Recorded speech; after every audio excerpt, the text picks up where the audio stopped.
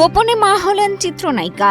Football বিশ্বকাপের মঞ্চে বাংলাদেশের বাজিমাত, চলচ্চিত্র অঙ্গনে বিশেষ চমক। চলতি বছরের জুন মাস ছিল বাংলাদেশের শোবিজের সবচেয়ে ঘটনাবহুল মাসগুলোর একটি।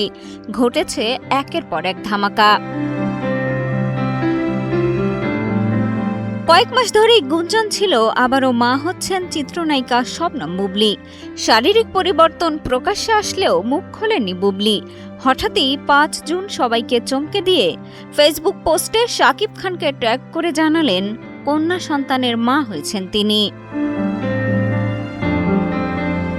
লুকোচুরির গল্পের মাঝেই আন্তর্জাতিক মঞ্চে বাংলাদেশকে তুলে ধরেন সঙ্গীত শিল্পী সঞ্জয়।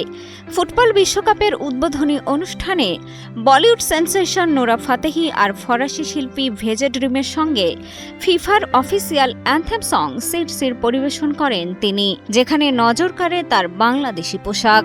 এক্সট্রিম মশার কয়েল প্ল্যান্ট ফাইবার দিয়ে তৈরি, তাই সহজে ভাঙে না, সুগন্ধিযুক্ত ও নিরবিচ্ছিন্নভাবে জ্বলে। ডেঙ্গু, চিকুনগুনিয়া বাহি সহ যে কোনো মশার বিরুদ্ধে দেয় এক্সট্রিম সুরক্ষা।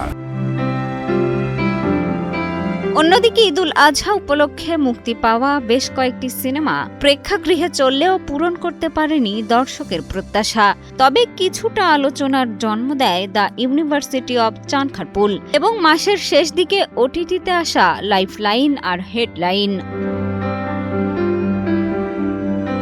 আগামী ৩ জুলাই অনুষ্ঠিত হতে যাওয়া এফটিসির দ্বিবার্ষিক নির্বাচন ঘিরে উৎসব শুরু হয়েছে জুন মাস থেকেই। চিত্রনায়ক বাপ্পারাজের নির্বাচন থেকে সরে দাঁড়ানো সহ নানা বিতর্কের মাঝেও পুরো দমে চলছে শিল্পীদের প্রচারণা।